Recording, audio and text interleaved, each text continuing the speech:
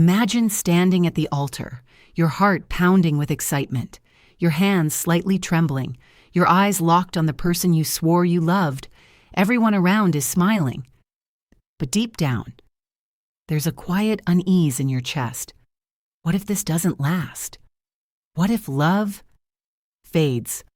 What if all of this perfect moment is just a beautiful illusion before the storm?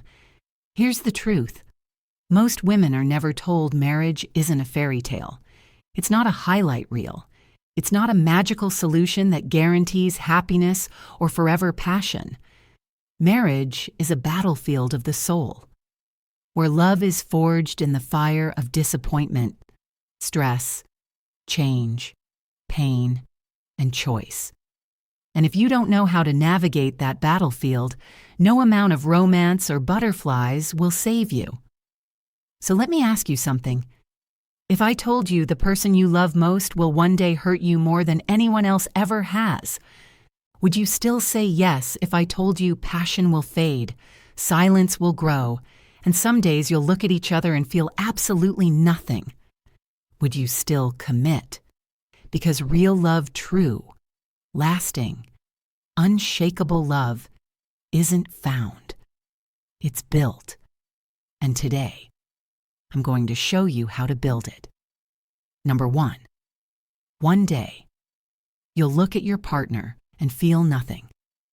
Let me begin with the truth that shocks most people. It's uncomfortable. It feels wrong. It goes against everything we've been taught to believe about love. But it is real. It is raw. And you need to hear it.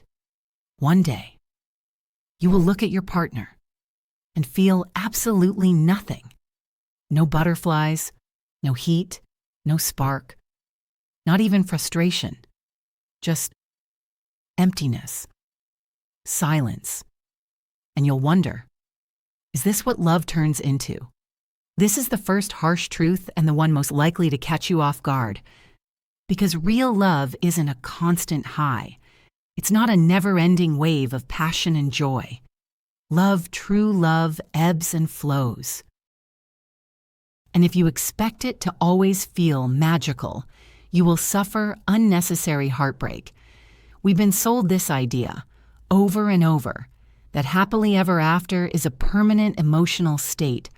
But the truth is, even in the healthiest, happiest marriages, there will be days, maybe even weeks, when you feel absolutely nothing toward the person you once felt everything for.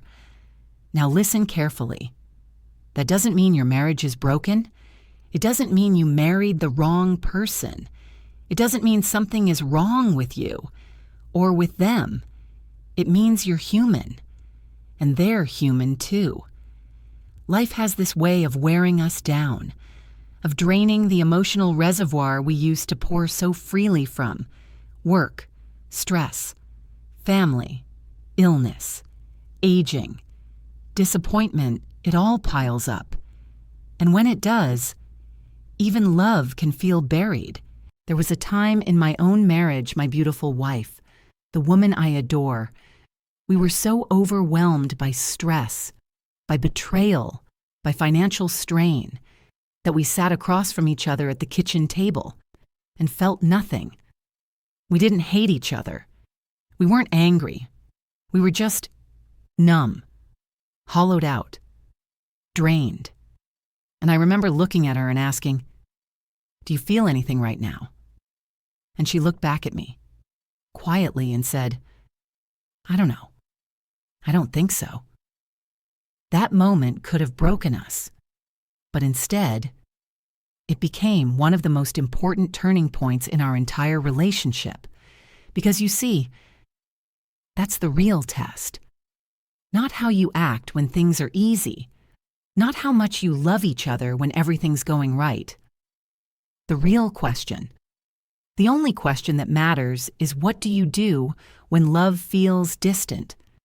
Do you walk away and chase the next rush of dopamine from someone new? Or do you stay and rebuild?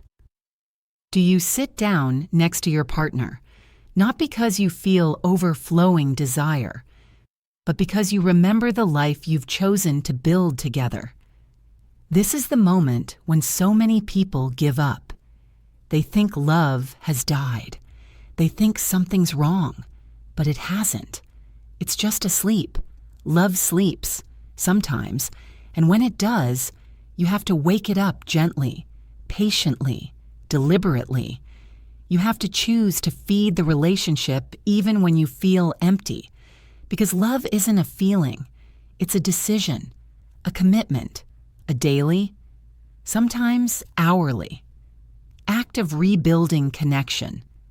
The marriages that last, the ones that grow deeper over decades, are the ones where both people understand that feelings are temporary, but commitment is not. And you might ask, but what if the passion never comes back? It will. I promise you. It will. If you choose to water the soil again, if you stay and tend and repair, the connection returns. My wife and I, after 16 years of marriage, 5 births, 1 loss, debt, illness, chaos.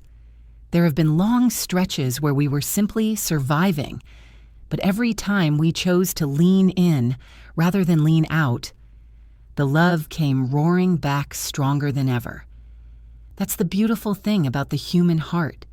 It remembers, it reawakens, it heals, and the passion you rebuild after the numbness is deeper, richer, more grounded than the initial fireworks ever were. Let me tell you something else. Real love has second honeymoons, and third, and fourth, and fifth. If you stay and keep rebuilding, if you learn each other over and over again, you don't just survive, you thrive. My wife and I have renewed our vows twice. We've had seasons where we reconnected so powerfully it felt like falling in love all over again. We've had vacations rare, precious ones where we held hands like newlyweds, because love, when nurtured intentionally, always grows back. Always. You must understand this now before your first fight, before your first disappointment, before you look across the room one day and wonder where the spark went. You will feel nothing. Someday. But that is not the end. It is the beginning of something deeper. Something more beautiful than constant butterflies. Something real. So if you're asking yourself, will I always feel in love? The answer is no. But that's okay. Because when the feeling fades, you begin the real work of love. And that's when the story truly begins. Number 2, your spouse will hurt you in ways no one else can. Let me tell you another truth, one that cuts deep, because it's so personal, so intimate, and so painfully real. Your spouse, the one you trust most, the one you share everything with, the one you vow to love until the end, will one day hurt you. And not just once, not just a little, but in ways no one else ever could. Why? Because no one else will ever be that close. Because no one else will ever know your heart, your fears, your soft spots, like they do. The truth is, when you hand your heart to someone completely, you give them the greatest power in the world, the power to wound you. And they will. Not because they're evil, not because they want to, but because they're human. They'll say the wrong thing at the worst time. They'll miss the signs when you needed them to notice. They'll let you down when you needed them to show up. And you will do the same. Because you're human too. I've seen it over and over, couples wounding each other without meaning to. A careless word, a broken promise. A silence that felt like abandonment. Even good people, loving people, can fail each other. And some days, they will. I was a marriage and family therapist for years, and I've seen things I'll never forget, moments so painful. They could break your faith in love. People who genuinely care, who want to do right, who still mess up in heartbreaking ways. Because love doesn't protect you from mistakes. It only gives you a reason to fix them. And sometimes, the pain goes even deeper. Sometimes, they betray you. Sometimes, one partner falls into temptation, emotional infidelity, physical affairs, disconnect that turns into distance, and then into damage. It's estimated that nearly 2/3 of long-term relationships experience some form of betrayal, whether emotional, physical, or both. And it shakes everything. It tears the ground out from under you. And you think, how could someone who loves me do this? But here's the truth. No one tells you. Pain in marriage is inevitable. Hurt will happen. The question isn't whether you'll hurt each other. The question is, will you take responsibility for the repair? Will you both show up to heal what's broken? Will you offer each other grace, not perfection, but grace for being human? Now, don't get me wrong. This doesn't mean you accept abuse. This doesn't mean you let someone destroy your soul and call it love. There is a difference between hurt and harm. Hurt is temporary. It's clumsy. It's repairable. Harm is long-lasting. It's cruel. It's deliberate. Hurt says, I didn't mean to. Harm says, I don't care. Know the difference. Protect yourself from harm, but prepare yourself for hurt. Because even in the best marriages, there will be hurt. There will be misunderstandings. There will be selfishness. There will be moments when one of you is exhausted, short-tempered, overwhelmed, and says something that cuts too deep. And when that happens, the only way forward is humility, accountability, and healing together. I've had to look my wife in the eyes and say, I was wrong. I hurt you. I didn't mean to, but I see it now. And I'm sorry. And she's done the same. That's what love looks like in the real world. Not pride, not perfection, but courage. Courage to own your mistakes. Courage to forgive the one who failed you. Courage to build trust again, one moment at a time. See? Strong couples are not the ones who never fight. They're not the ones who always get it right. Strong couples are the ones who fight together against the real enemies: stress, ignorance, fear, pride, exhaustion, not against each other. They're the ones who hold hands after the storm and say, we're still here. We still choose each other. And why is this okay? Why is it okay that the one you love most might be the one who hurts you? The deepest, because that same person can also be the one who heals you most completely. They're the one who can sit with you in the dark and hold your hand until the light comes back. The one who sees you collapse and helps you rise again. The one who knows your pain, not as a stranger, but as a witness, a partner, a lifeline. This is what makes love so powerful and so terrifying. It demands vulnerability, and it tests forgiveness. But if you choose someone who's willing to grow with you, to apologize with sincerity, to repair with intention, then even your deepest wounds can become your strongest bond. Because pain is not the end of the story. It's the turning point. The moment where love becomes more than a feeling, it becomes a shared strength. So don't expect a perfect marriage. Expect a real one. One where you both mess up. One where you both forgive. One where love isn't always easy, but it's always worth fighting for. Number 3, you will both change over time.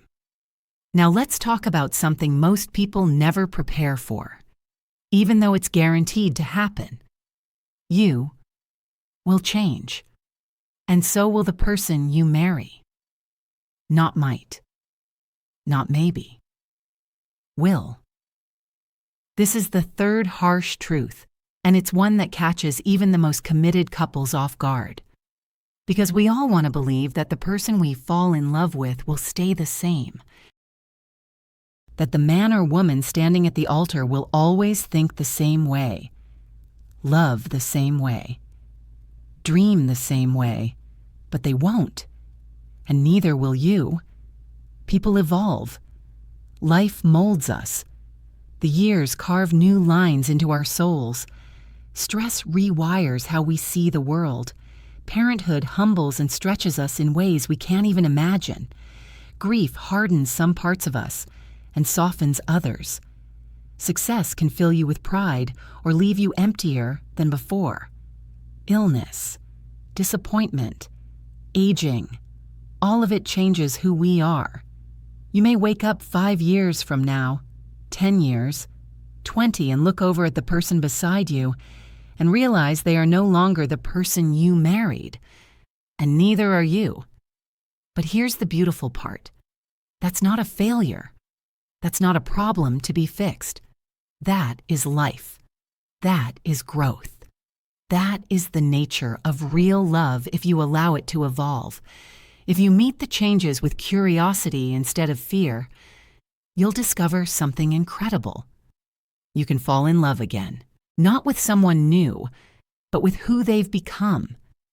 If you choose to stay close enough, to keep learning who they are now, not just who they used to be. You see, many people resist change in their partner. They cling to the early version of the relationship, the one filled with butterflies, late-night phone calls, playful flirting, and endless energy. And when that changes, when the person becomes more serious, more tired, more focused, more quiet, they think something is broken. But nothing is broken. You're just growing. And growth always comes with discomfort. Let me share something personal. My wife and I have been together for 16 years. And when we look at our wedding photo, the two of us beaming, naive, full of hope, we smile, and we laugh. Not because it's funny, but because we were so young, so clueless about what real life would ask of us. We didn't know the storms we'd face, the heartaches, the transformations. But we also didn't know the depth of love we'd reach by walking through those changes together. That's the key. Growing together, not apart. You don't get to avoid change, but you do get to decide how you face it. Will you ignore each other's evolution, or will you lean in and ask, who are you becoming? Will you stay curious? Will you keep learning your partner like a book that keeps being rewritten? Every week, my wife and I go on a date, not just to escape the kids or grab dinner, but to sit across from each other and say, tell me about your week. What changed in you? What inspired you? What broke your heart? What dream are you chasing now? What scares you? Who are you becoming? And in that space, we reconnect. We don't assume we know everything. We keep learning. We keep growing. Together. It's like tending a garden. You can't water it once and expect it to thrive forever. You have to keep checking the soil. You have to notice the weather. You have to trim the parts that are dying and protect the parts that are blooming. Your marriage is that garden. And the only way it stays alive is if you both keep tending it. Regularly. With attention. With care. And yes, sometimes the changes will frustrate you. Sometimes you'll think, I didn't sign up for this version of them. And that's fair. You're allowed to feel that. But remember, they might feel the same about you. And if you can look at each other with grace, with compassion, and say, I see you becoming someone new. Let me meet that version of you and love them too. Then you'll discover a level of love that few people ever reach. Because here's the truth, if you marry well, if you choose a good-hearted, values-driven, growing person, then every version of them will be worth loving. And every version of you will be worth fighting for. The journey becomes exciting, even fun. when you allow each other space to evolve. My wife has gone through phases, so have I. Some weird ones, honestly. There were shirts I wore that made her cringe. There were hobbies she picked up that I didn't get. But we teased each other. We endured the awkwardness, and we kept showing up. That's the magic, showing up, even through the changes. So why is this okay? Why is it okay that the person you love most will not stay the same? Because if you're both willing to adapt, to share, to communicate, not just facts, but feelings, longings, dreams, you won't just survive change, you'll thrive in it. You'll be excited to see who your partner becomes next, and they'll be excited to discover the new layers of you. Change becomes an adventure, one you take together. This is why real love is not about locking someone into a permanent mold. It's about choosing someone who's willing to grow beside you, year after year, decade after decade. It's about holding hands through the messy middle. It's about saying, whatever comes next, we'll meet it side by side. So if you're planning a life with someone, don't ask if they'll stay the same. Ask if they're willing to grow with you. Ask if they'll keep learning who you are, even when you don't recognize yourself. Ask if they'll fall in love with every version of you and allow you to do the same for them. Because in the end, the strongest marriages are not the ones built on predictability. They're built on growth, on adaptation, on rediscovery, over and over again. Number 4, love will miss you in the big moments, but surprise you in the small ones. Let me prepare you for something no one warns you about, something that breaks the hearts of many couples before they even know what's happening. It's not what you'd expect. It's not betrayal. It's not shouting. It's not drama. It's disappointment. In the moments that were supposed to be magical, because love doesn't always show up when you expect it to. And sometimes, the moments you dreamed of, the big milestones, the picture-perfect celebrations, they fall flat. The day you thought would be the happiest of your life might leave you feeling hollow, and you'll wonder, is this it? Is this what I was waiting for? I'll never forget my own wedding day. Not because of the joy, but because I was barely able to stand. I had a 103-degree fever, shaking in my shoes, pumped full of medication just to walk down the aisle. I could barely breathe, and yet I smiled, weakly, because I loved her. But in truth, the day I had imagined for years felt like a blur. It wasn't cinematic. It wasn't euphoric. It was survival. The ceremony happened, and we got married, but the romance, the energy, the perfect memory I thought I'd have, it simply wasn't there. And that's not rare. Did you know that around 60% of couples skip wedding night intimacy? Not because they don't care, but because they're utterly exhausted, worn out from planning, from pressure, from being on for everyone else. One of them is sick. One of them is crying. Something goes wrong, the flowers, the food, the family drama. Someone drinks too much. Someone makes a scene. Or maybe it just rains. Whatever it is, the dream moment turns messy, and you lie there, staring at the ceiling, thinking, is this really how our life together starts? But here's what you must understand. Real love doesn't live in the big, glossy moments. It's not about the wedding day or the first kiss or the perfect vacation. Love rarely shows up in the places we pose for cameras. Instead, it sneaks in quietly, in the silence, in the sweat, in the chaos, in the ordinary. It surprises you when you're not looking for it. It finds you when you're vulnerable, broken, raw, human. Love is in the mornings when they bring you coffee without asking, just the way you like it. It's in the way they instinctively squeeze your hand when you're nervous, without saying a word. It's in the look they give you when you make the same joke you've told 100 times, and they still laugh. It's in the way they get up early with the kids so you can sleep another hour, the way they tuck the blanket around you in the middle of the night without waking you, the way they sit beside you when you're too sick to move, holding a bowl of steaming herbs under your face just to help you breathe again.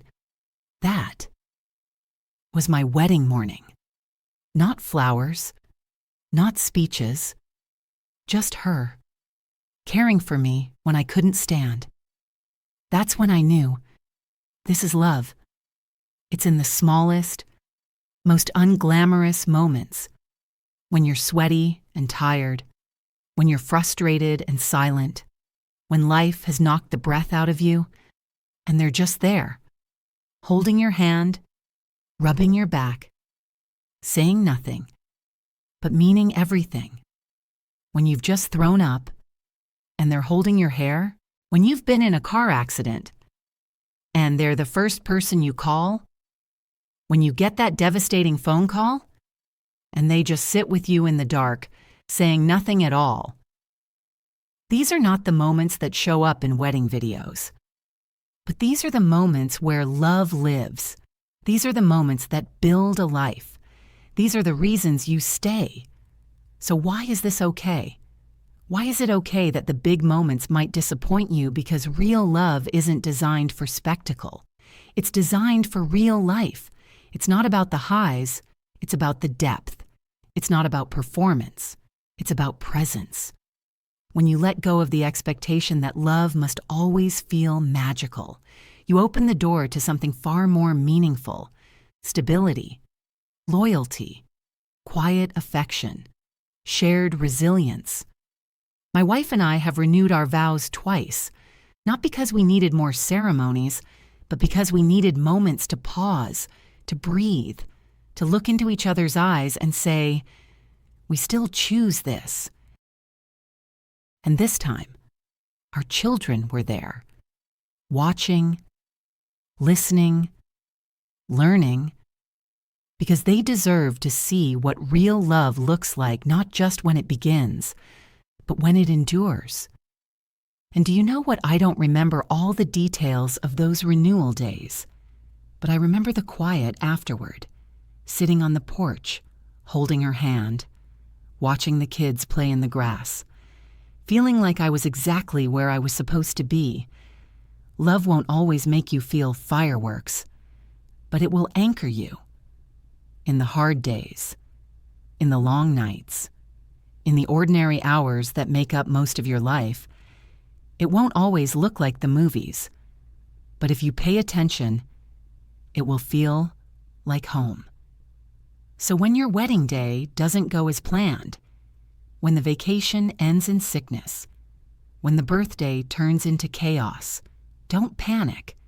Don't give up. Just wait. Look for the love in the small things. That's where it hides. And when you find it, hold it tightly. Because those quiet, invisible threads, that's what holds a marriage together. Number 5, the happiest marriages are built, not found. Now we come to the final truth, and perhaps the most important of them all, the one that separates fantasy from reality, the one that shatters illusions but lays the foundation for something far more enduring. The happiest marriages are not found. They are built, brick by brick, choice by choice, day by day. We've been told a lie over and over again, that if you just find the one, everything will fall into place. That love, when it's right, should be easy. That good marriages just happen, like magic. But here's what I've seen over and over again. The couples who look effortlessly happy from the outside, they're not lucky. They're not special. They're not perfect. They've worked. They've sacrificed. They've struggled. And they've chosen each other, again and again, even when it wasn't easy. Real love. The kind that lasts for decades. Isn't about meeting the right person. It's about becoming the right person for each other. It's not passive. It doesn't maintain itself.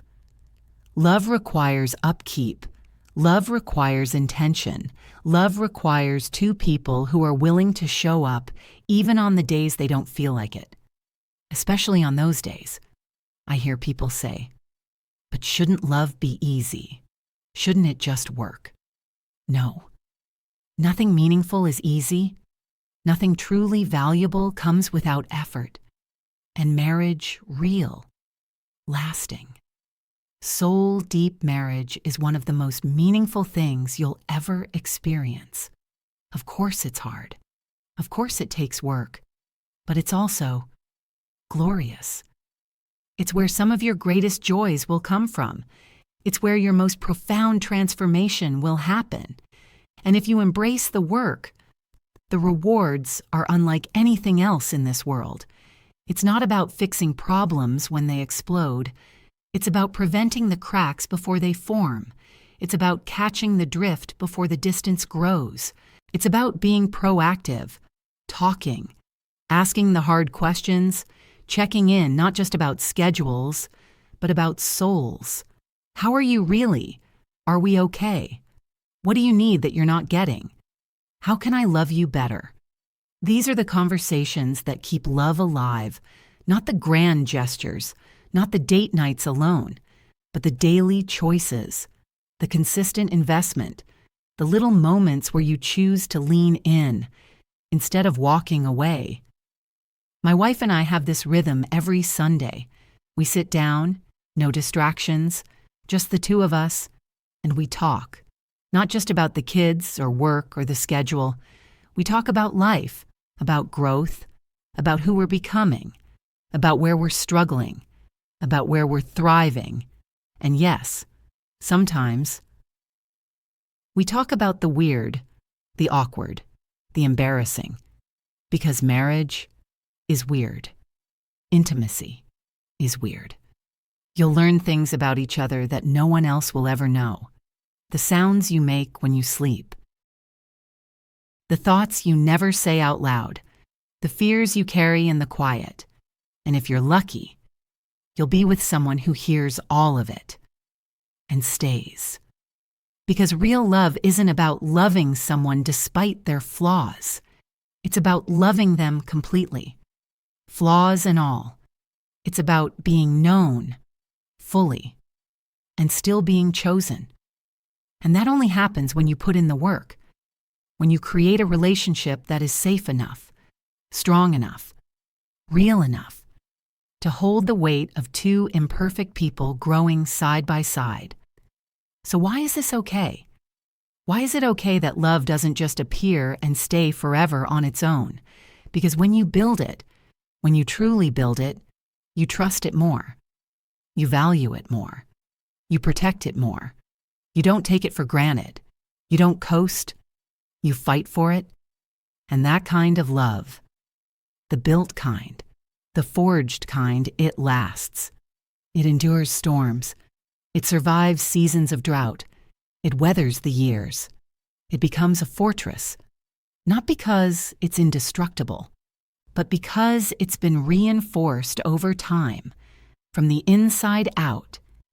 And here's the hard truth that too many people learn. Too late, most marriages don't die in a single explosion. They erode, quietly, slowly, through neglect, through assumption, through the absence of effort, one missed moment at a time, one unspoken hurt, one ignored opportunity to connect, until one day you wake up next to someone who feels like a stranger, and you wonder how it happened. The answer: it didn't happen all at once. It happened in the silence, in the absence of choice. So I'll ask you right now, wherever you are, what kind of marriage do you want? Not just on your wedding day, not just in the honeymoon phase, but 10 years from now, 20, when the babies are grown, when the house is quiet, when the wrinkles show, when the losses have come. What kind of marriage do you want then? Do you want a love that grows deeper with time, or one that slowly withers under the weight of assumption and neglect? Do you want to wake up beside your best friend or beside a stranger you used to know? You get to choose. You don't get love for free, but you do get the power to build it. One brick, one conversation, one act of grace at a time. And if you do, if you both do, you'll have something that no storm can shake, a love that doesn't just survive, but thrives. This is the real fairy tale, not a perfect beginning, but a lasting journey, not effortless passion, but chosen commitment. And if you understand these 5 truths, if you carry them in your heart, if you practice them in the quiet, then you won't just hope your marriage will last. You'll know how to make it last. Because love isn't luck, it's labor, and it's worth every single breath. So now that you've heard the 5 harsh truths, what do you do with them? Do you fear love more, or do you understand it better? Because that's the point. These truths aren't meant to scare you. They're meant to prepare you, to strip away the fantasy, so you can build something real, something that lasts, something you can trust because it's been tested. Marriage is not about finding the perfect person. It's about building something sacred with an imperfect one. It's about choosing to grow instead of giving up, about fighting together instead of fighting each other, about showing up day after day, especially when the feelings fade, when the storms come, when the silence grows. That's where the real beauty of love lives, not in the grand gestures, not in the butterflies, but in the thousands of small, invisible choices that say, I still choose you.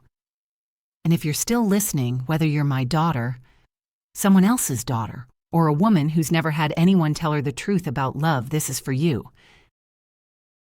These are the words I want to whisper into your heart before you say yes to forever. Not to warn you away from love, but to make you ready for it. I don't just want you to fall in love. I want you to rise in love, to stand in it, to be strong inside it. Because love, real love, is not for the faint of heart, but it is for the brave. It is for the wise. It is for those who are willing to build, not just hope. And if something ever happens to me, and I can't be there to say these things to you myself, then let this be my voice. Let this be my gift, my truth, my legacy. Your mother knows these lessons too. If I'm not here, I pray she'll teach them to you. But if you ever find yourself lost, doubting, broken by love, come back to this. Listen again. And remember, love is not the absence of pain. It's the presence of someone who chooses you, even when it hurts. You don't get married for the sunny days. You get married for the days when the sky is falling and the world is collapsing. And there's only one person you trust to hold your hand through it. That's who you say yes to. And when the sunny days return, and they will, you'll know that joy means more because you earned it. Together. Now. If this resonated with you, if you're preparing for marriage or recovering from the damage of one, if you're searching for the truth about building love that lasts, I want to invite you to something special. I'm hosting a free live masterclass right here on YouTube. I'll be answering the real questions, the ones no one else dares to ask. If you want your question heard, leave it in the comments below. My team and I will choose the top 10 most impactful ones based on what's most needed right now. Upvote the ones that speak to you or write your own. Let your voice be heard. This isn't just theory. This is a mission. To help people stop living in illusions and start building relationships that endure. And to all the daughters out there, whether I've met you or not, please, carry these truths with you. Let them shape how you see love. Let them guide your heart. Let them protect you from the lies, and let them strengthen you when life gets hard, because it will. But if you're ready, if you understand, then love won't break you. It will build you. And together, you will build something extraordinary. This is not the end. It's the beginning of your real story.